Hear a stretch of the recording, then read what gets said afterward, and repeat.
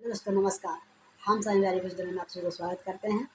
उम्मीद करते हैं कि आप लोग बहुत मस्त होंगे। तो अगर बिहार पुलिस का स्टूडेंट है या फिर छात्र जो भी बच्चे फॉर्म करना चाहते हैं, आपका भाई हो, बहन हो, मित्र हो, दोस्त हो, जो भी हो, तो उनको यह वीडियो शेयर कीजिएगा कि रजिस्ट्रेशन करने टाइम छोटी छोटी बातों को ध्यान रखना पड़ेगा, क्योंकि रजिस्ट्रेशन आपका सही हो रहेगा तभी आपका कार्य आगे सफलता होगा। मतलब आपका कोई भी अगर नोटिफिकेशन आएगा तो आपको डायरेक्ट आपका नोटिफिकेशन मोबाइल में जाएगा, मैसेज में जाएगा, ईमेल आईडी में जाएगा। तो इन बातों को, आपको थोड़ी बातों को ध्यान रखते हुए आपको रजिस्ट्रेशन करना है। तो चलिए वीडियो की और नेक्स्ट की ओर देखते हैं, लाइव आप लोग को दिखाते हैं। ठीक है दोस्तों, समझिएगा। ठीक है दोस्तों, आइए देख रहे हैं हम बिहार पुलिस के बारे में। ठीक है, जो कि आप लोग भी देख पा रहे होंगे, बिहार पुलिस CBSE। ठीक है, हमने अभी ओपन कर रहे हैं, खुल गया है। अब यहाँ से हम अप्लाई कर सकते हैं। जैसे अप्लाई करने में नीचे आने के बाद अप्लाई ऑनलाइन हम कर सकते हैं, क्लिक है, उसको क्लिक करने के बाद ओपन हो जाएगा। ठीक है दोस्तों, वेट कीजिए, थोड़ा सा वेट कीजिएगा, आ जाएगा, खुल जाएगा। अब पहले आपको क्या करना है, रजिस्ट्रेशन करना पड़ेगा। अगर आपका रजिस्ट्रेशन पहले से हो चुका हुआ है 1 साल में, अगर तो ठीक है, वही आपको एडिट तो आपको शो कर जाएगा, तो हो जाएगा, आपको शो हो जाएगा। जिन भी दोस्तों को रजिस्ट्रेशन नहीं हुआ है तो फिर से उनको रजिस्ट्रेशन करना पड़ेगा। ठीक है, तो स्टेप नंबर 1 में आपको रजिस्ट्रेशन पहले करना है। ठीक है, और स्टेप नंबर 2 में आप फिल अप्लाई एप्लीकेशन फॉर्म कर सकते हैं। उसका तीसरा में व्यू एप्लीकेशन रजिस्ट्रेशन, मतलब तीसरा में आप व्यू उसका देख सकते हैं, डिटेल्स देख सकते हैं। दूसरा में फॉर्म फिलअप कीजिएगा। पहले में आपको रजिस्ट्रेशन करना पड़ेगा। हम क्लिक कर रहे हैं स्टेप 1 को, पहले नंबर जानेंगे उसमें क्या क्या प्रक्रिया हो रही है, किन किन बातों पर ध्यान रखना है। तो आइए आप लोग वीडियो को एंड तक बने हुए रहिए, स्किप ना कीजिएगा। सॉरी दोस्तों, वेट कीजिएगा 1 मिनट। आप लोग देख सकते हैं दोस्तों, रजिस्ट्रेशन जैसे आप ओपन कीजिएगा तो आपको दिखा देगा। ठीक है दोस्तों, हम जूम करके आप लोगों को दिखा रहे हैं, टेंशन नहीं लीजिएगा, और आप लोग को बताते जाएंगे। यह क्या पंजीकरण और भुगतान करने के लिए निर्देशक है। मतलब कह रहा है कि आप पंजीकरण कर रहे हैं और भुगतान करने के लिए, 2 चीज़ के लिए यहाँ पर निर्देशक है। पंजीकरण आप अगर सही से कर रहे हैं तो ये आपको कोई दिक्कत नहीं, और भुगतान से पेमेंट करने के लिए, दोनों चीज़ के लिए आपको इसमें जानकारी दे रहा है। महत्वपूर्ण सोचना है। तो आइए देखते हैं, ध्यान से समझिए। पहले क्या कहा, देखिए पहले आपको पंजीकरण और भुगतान करने से पहले एक महत्वपूर्ण नोट, एक वैध सक्रिय मोबाइल नंबर और ईमेल आईडी रखें जो कि आपका हो। कह रहा है कि एक आप फॉर्म मतलब रजिस्ट्रेशन करने से पहले आपको एक मोबाइल नंबर रखना पड़ेगा, और एक ईमेल आईडी रखना पड़ेगा जो कि आपका हो, ना कि दूसरे का, किसी का हो। ठीक है, बस 2 चीज़ आपको रखना पड़ेगा, पहले नंबर। उसके बाद भर्ती के अंतिम चरण पूरा होने तक आवश्यकता होने पर केंद्रीय चयन पर्षद अभ्यर्थी से उसी मोबाइल नंबर और ईमेल आईडी पर संदेश करेगा, और केंद्रीय चयन पर्षद गलत या अमान्य या फिर डिस्कनेक्ट किया गया हो मोबाइल नंबर या ईमेल आईडी के लिए जिम्मेदारी नहीं होंगे। जैसे कि इनका कहना है कि अगर आपका मतलब मोबाइल नंबर या फिर ईमेल आईडी में अगर कोई त्रुटि हो या फिर किसी दूसरे का हो, उसमें अगर आपका कोई इसमें ऐसी कोई परेशानियाँ हुई या फिर गलतियाँ होगा, तो उसके लिए आपका जिम्मेदारी नहीं लिया जाएगा। जैसे कि आपका मोबाइल नंबर वो इससे कनेक्ट नहीं है, आपके पास मोबाइल नंबर है ही नहीं, आप मोबाइल नंबर पहले रजिस्टर करा दिए, फिर आपके पास बाद में नहीं है, तो ये सब की जिम्मेदारियाँ आपका नहीं लेगा बाद में। ठीक है, स्टेप नंबर 1 मतलब पंजीकरण पत्र, उसका स्टेप नंबर 1 में देखते हैं हम लोग। पहले नोट क्या करा है, पंजीकरण प्राप्त 1 में क्या करा, देखिए नोट कृपया, नोट में देखिएगा पहले,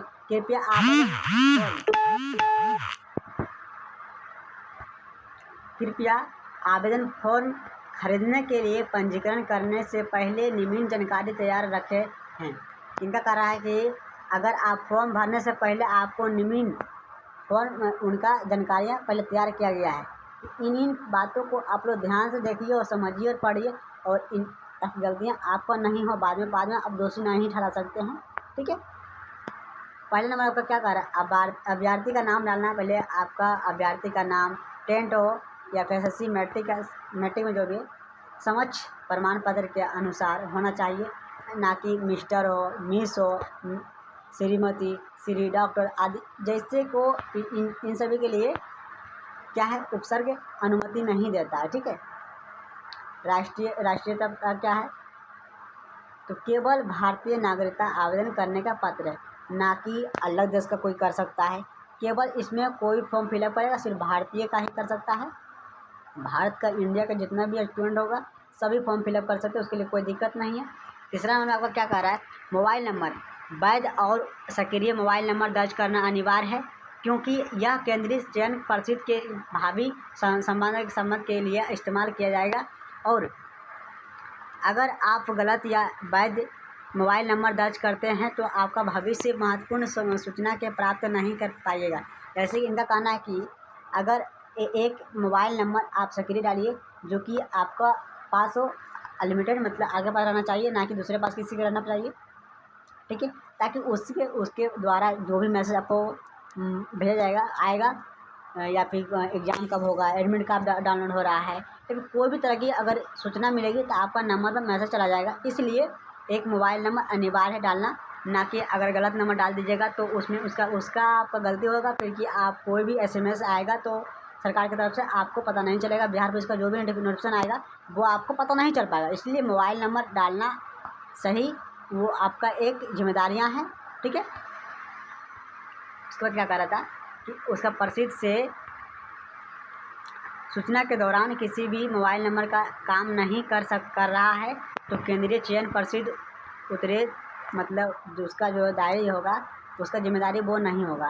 तो क्या आपका जिस नंबर आप डाल दिए हैं तो उसके बाद आपका ये कि ये मेरा नंबर पे काम नहीं कर रहा, मेरा सिम बंद हो गया है, तो ये सब जिम्मेदारी आपका नहीं लेगा वो, ठीक है। उसका आगे क्या कर रहा है देखिए, कोई भी अभ्यर्थी सिर्फ, ठीक है, कोई भी अभ्यर्थी सिर्फ एक आवेदन पत्र भर सकता है।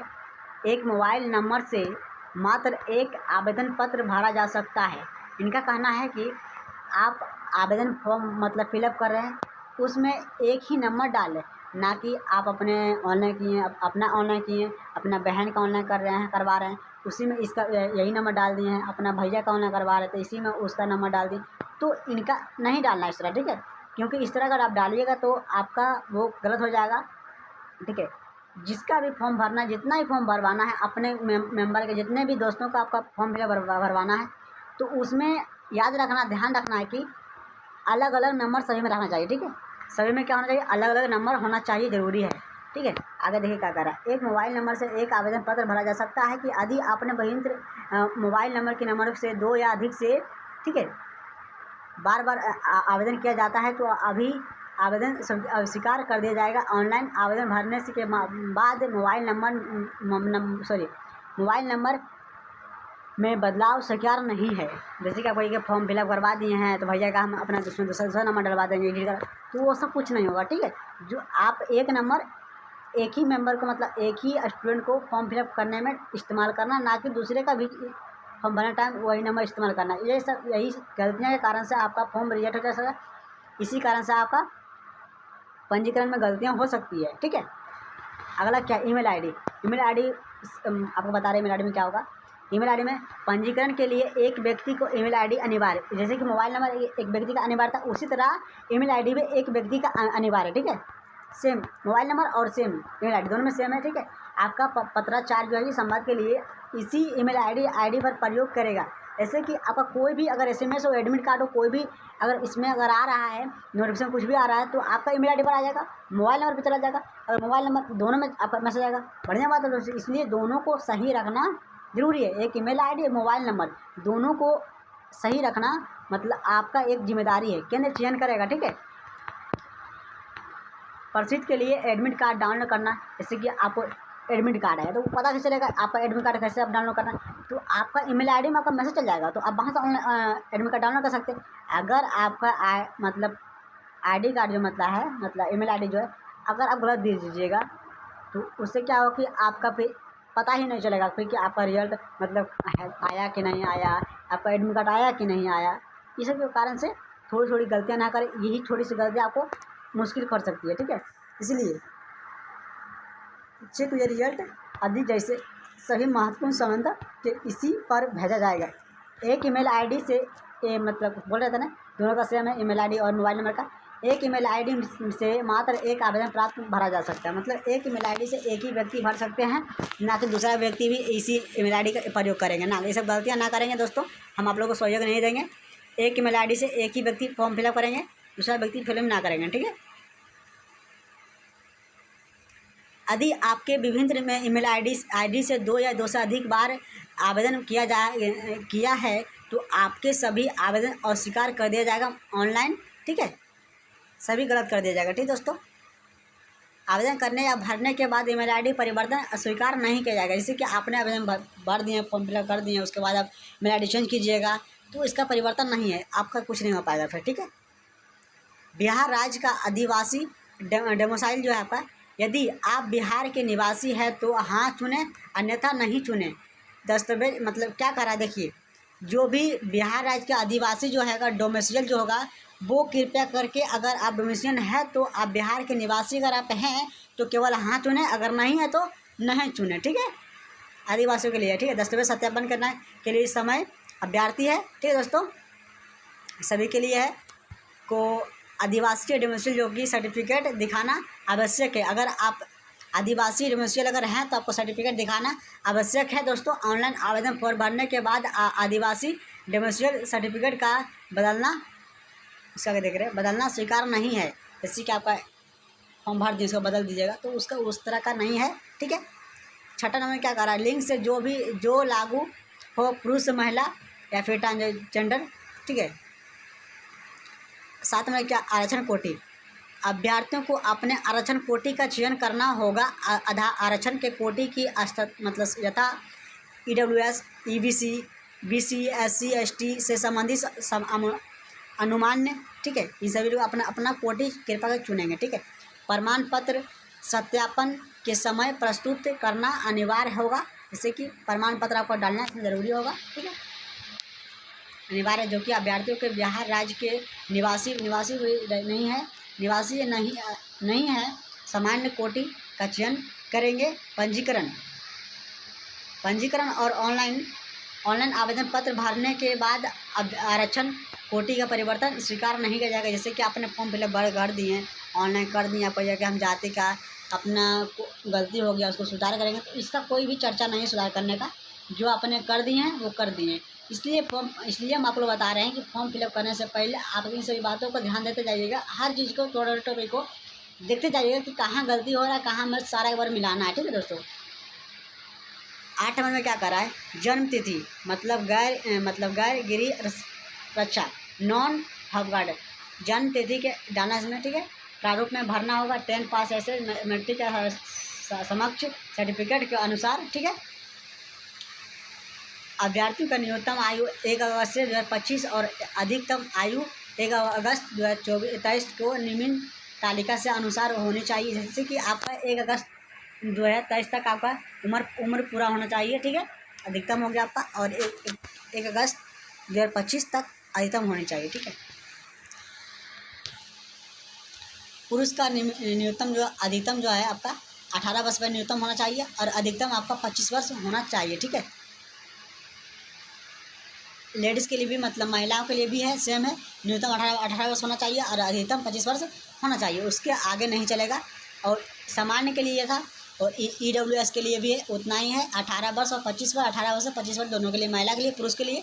और BC और EBC के लिए भी 18 वर्ष 27 वर्ष, मतलब 18 वर्ष होना चाहिए और पुरुष के लिए अधिकतम आयु 27 वर्ष होना चाहिए और महिलाएं के लिए 18 वर्ष होना चाहिए अनिवार्य है, और 28 वर्ष अधिकतम आयु होनी चाहिए। SC और ST के लिए 18 वर्ष होना चाहिए, अधिकतम 30 वर्ष होना चाहिए, और महिलाओं के लिए 18 वर्ष होना चाहिए और अधिकतम उसका लास्ट 30 वर्ष तक चलेगा, ठीक है।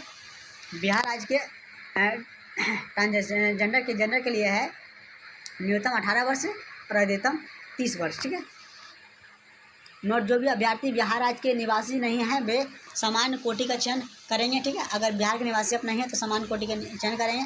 बिहार सरकार द्वारा निवासी ट्रांसजेंडर BC कोटि का चयन करेंगे, ठीक है, BC कोटि का चयन करेंगे। सेम है, दोनों में सेम है, टेंशन नहीं लीजिएगा। यहाँ पर आपका फीस के बारे में दिखाया जा रहा है, तो फीस के बारे में आइए देख लेते हैं हम लोग क्या कह रहा है। फीस के बारे में क्या कह रहा है भाई, क्या कह रहा है, हाँ देखते आइए। नंबर में क्या कह रहा है, उपयुक्त विवरण भरने के बाद प्रोसीड का बटन क्लिक करें। आपका पूर्ण एक सेकंड क्या कर रहा है, हाँ पूर्ण विवरण दिखाया जाएगा। इस अवसर पर यदि आवश्यक हो तो एडिट का बटन क्लिक करेंगे। ठीक है, अगर आपको लग रहा है कि हमारा कहीं गलत होगा या कहीं गलत हमारा लग रहा है गलत हो गया है, तो डायरेक्ट आपको एडिट का बटन चुनना है। एडिट करने के बाद आपको एडिट कर सकते हैं, कहीं आपका गलती आप सुधार कर सकते हैं। ठीक है, बटन को क्लिक करके आपका सुधार कर सकते हैं। ठीक है, इसके बाद भुगतान की प्रक्रिया शुरू होगी। मतलब एडिट करने का ऑप्शन पहले देगा, अगर आपका एडिट मिलान करने का ऑप्शन देगा, अगर मिला लीजिएगा पहले, गलत होगा तो कोई दिक्कत सुधार कर लीजिएगा, गलत नहीं होगा तो आप एडिट कीजिए, मतलब डायरेक्ट फिर भुगतान कीजिएगा। भुगतान करने के बाद आपको भुगतान करने का बाद अभ्यर्थी के विवरण को एडिट करने नहीं मिलेगा। अगर आपको भुगतान कर दिए हैं तो आपको उस जगह फिर एडिट करेंगे, गलती से भुगतान हो गया मेरा तो आपका फिर एडिट नहीं होगा। इन बातों को ध्यान रखिएगा। ठीक है, 2 नंबर क्या कर रहा है, भुगतान करें। पंजीकरण पूरा करने के बाद आपको नेट बैंकिंग या फिर डेबिट कार्ड, क्रेडिट कार्ड, ठीक है, माध्यम से ऑनलाइन भुगतान करना होगा। भुगतान राशि में आवश्यक के आवेदन की शुल्क को बैंक के दिए गए लेनदेन के शुल्क में सम्मिलित, ठीक है, सम्मिलित होंगे, जो कि भुगतान पृष्ठ पर दिखाया जाएगा। ठीक है, जैसे कि आप कहेंगे कौन सा कैटेगरी का, उस टाइम आप फिलअप कीजिएगा, उस टाइम भी दिखा देगा। और आपको हम अभी भी बता रहे हैं आवेदन का शीघ्र न्यूनतम क्या होगा। सभी कोटि के लिए आपका 675 रुपये लगेगा, पुरुष को लिए, और महिला के लिए 675 रुपये लगेगा। ठीक है, और डोमिसाइल के लिए जो भी होगा डोमिसाइल को उसका भी उतना लगेगा।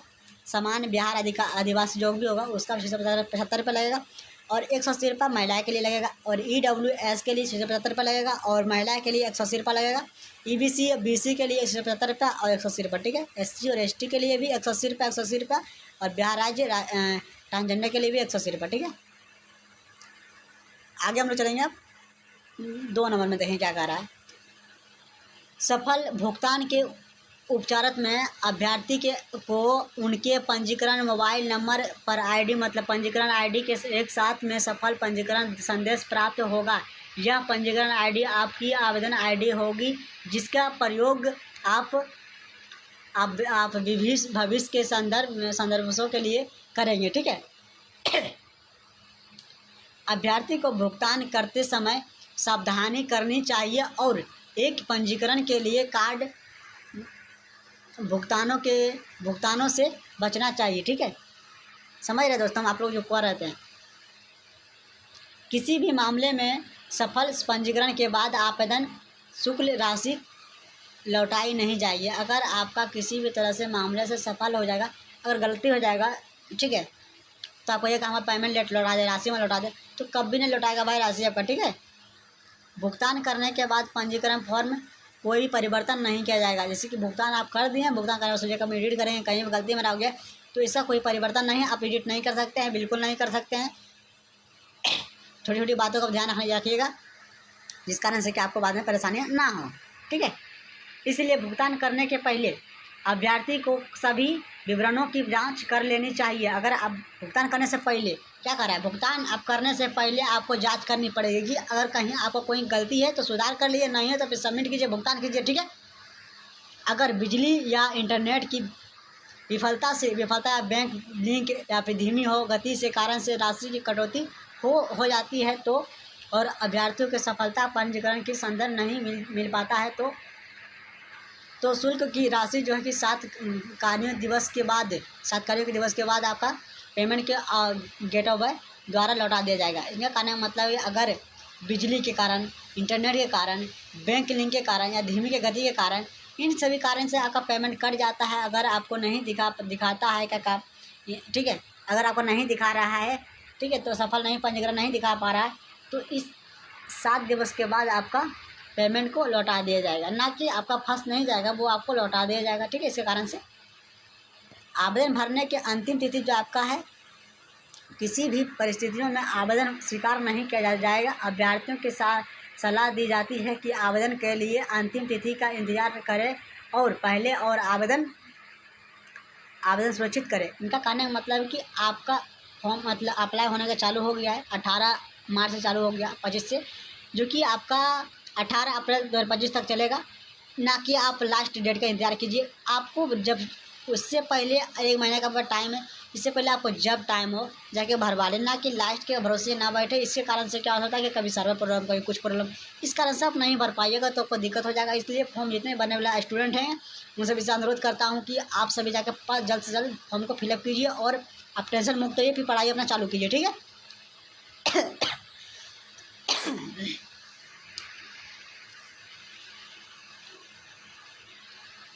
आगे क्या करा देखते हैं।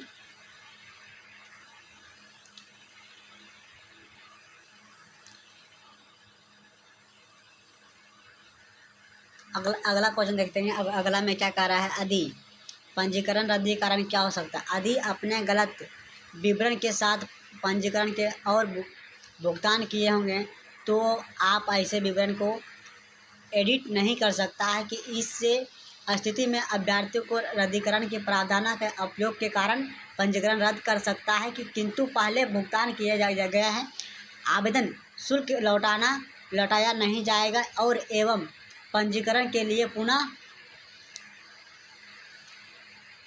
आवेदन शुल्क देना होगा। इससे क्या कहिएगा कि आपका भुगतान हो गया है। यही आपका गलती क्या होगा, देखिए पंजीकरण में रद्दीकरण क्या क्या हो सकता है, आप लोग ध्यान से सुनिए पहले, ठीक है। हम फिर इसे बाद दोहरा रहे हैं, ठीक है। यदि आपने गलत विवरण करने के साथ पंजीकरण और भुगतान किए हैं, अगर आपका पंजीकरण में कहीं गलती हो गया है, आप भुगतान कर दिए हैं, तो ऐसे में आपको पेमेंट नहीं लौटाया जाएगा। इसके कारण से फॉर्म आपका फिलअप हो जाएगा, ठीक है। पंजीकरण रद्द करने के लिए दिशाएं निर्देशक है, ठीक है। पहला आपका होगा पंजीकरण रद्द करने के लिए वेबसाइट आपका ये रहेगा, और दूसरा में अपना आवेदन पंजीकरण आईडी या मोबाइल नंबर जन्म तिथि के दर्ज करें और सबमिट बटन पर क्लिक करें, ठीक है।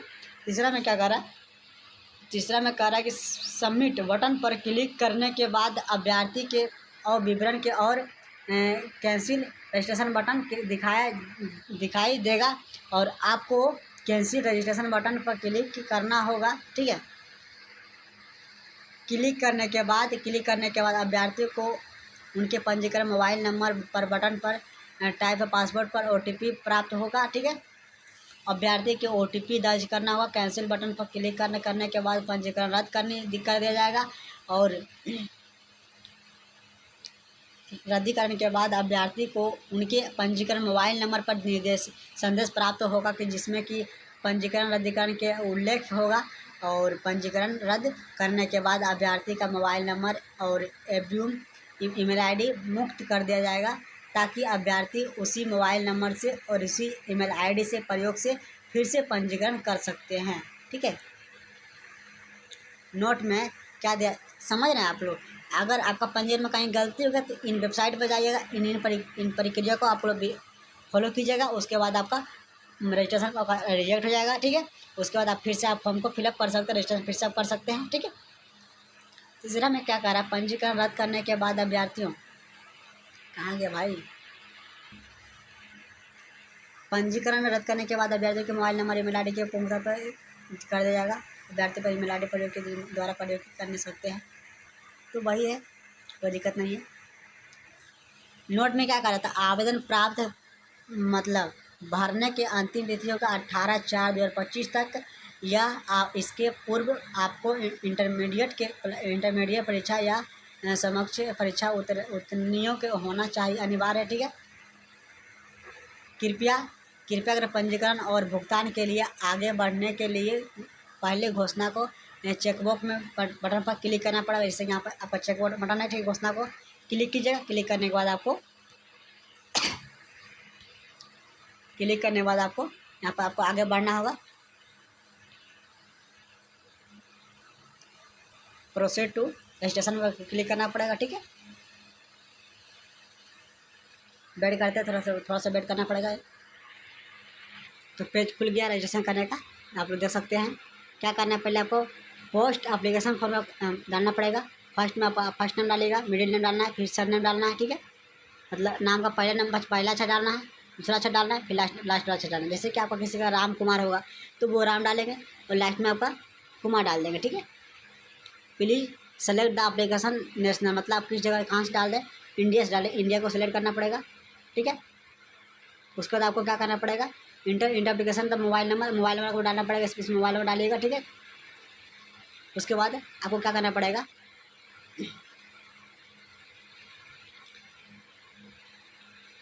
फिर आपको ईमेल आईडी डालना पड़ेगा, ठीक है। यहाँ पर आपको क्या डालना पड़ेगा, ईमेल आईडी डालना पड़ेगा, ठीक है। ईमेल आईडी डालने के बाद आपको क्या करना पड़ेगा, देखिए यहाँ पर here are you the development of the Bihar state, आपको बिहार का स्टेट आप यस कीजिएगा। क्या करते, देखिए आप लोग वहाँ पढ़े थे ना कि डेमो के लिए जो भी होंगे आपका वो बिहार का होंगे, यस यस मतलब नो करेंगे, ठीक है। अब बिहार का तो यस कीजिएगा, नहीं है तो नो कीजिएगा, ठीक है। उसके बाद आपको करना सेलेक्ट एप्लीकेशन जनरल, ठीक है। आप मेल है, फीमेल या फिर ट्रांसजेंडर है, ठीक है। उसको आपको चूज करना पड़ेगा। उसके बाद आपको क्या करना पड़ेगा, सेलेक्ट एप्लीकेशन रजिस्ट्रेशन मतलब वो सब किस कैटेगरी से आते हैं, SC ST जनरल जो भी कैटेगरी आते हैं आप अपना चूज कर लीजिएगा। उसके बाद आपको select application date of birth, आप अपना डेट ऑफ बर्थ डालिएगा। डेट ऑफ बर्थ मतलब आपका जो भी होगा इसमें फिलअप कर दीजिएगा, जो भी आपका मंथ होगा, तारीख होगा तारीख दे दीजिएगा। उसके बाद आपको मंथ डालिएगा, ये डालिएगा। उसके बाद आपको क्या करना है, यार देखो हम गार्ड ऑफ द बिहार मतलब बिहार स्टेट, इसमें आपको क्या करना है, यस कर देना है, ठीक है। उसके बाद आपको प्रोसीड कर देना है। प्रोसीड करने के बाद आपको प्रक्रिया आगे बढ़ेगा। हमने इसमें कोई भी चेंज नहीं की है, इसलिए हमारा अभी नहीं दिखाया है, आगे बढ़ने का हमको अलाउ नहीं दिया जा रहा है, ठीक है दोस्तों। तो दोस्तों बताइए कैसा लगा आप लोगों को वीडियो, मस्त लगा ना, बिल्कुल मस्त लगा होगा। और आप लोग को उम्मीद करते हैं कि आप लोग कहीं भी थोड़ा सा डाउट नहीं बचा होगा, क्योंकि सारा चीज़ हमने क्लियर कर दिया अच्छे से। अगर आप लोगों का डाउट कहीं होगा तो कमेंट कीजिएगा, कमेंट में आप लोग को बता देंगे कहाँ दिक्कत होगा, नहीं समझ आएगा तो फिर से बता देंगे, कोई दिक्कत नहीं है। और शेयर कीजिएगा और लाइक कीजिएगा, सब्सक्राइब कीजिएगा, क्योंकि सब्सक्राइब कीजिएगा तो तभी आप नेक्स्ट वीडियो देख पाइएगा दोस्तों, ठीक है ना। कोई वीडियो अगर हम अपलोड करेंगे तो आप लोग तुरंत हो जाएगा। आप लोग जानते ही हैं, आप लोग बहुत महान आदमी को पता है। तो आप लोग जल्दी से सब्सक्राइब कर लीजिए, शेयर कीजिए, ताकि अगले दोस्तों को भी पता होना चाहिए कहाँ गलती नहीं करना चाहिए, ठीक है।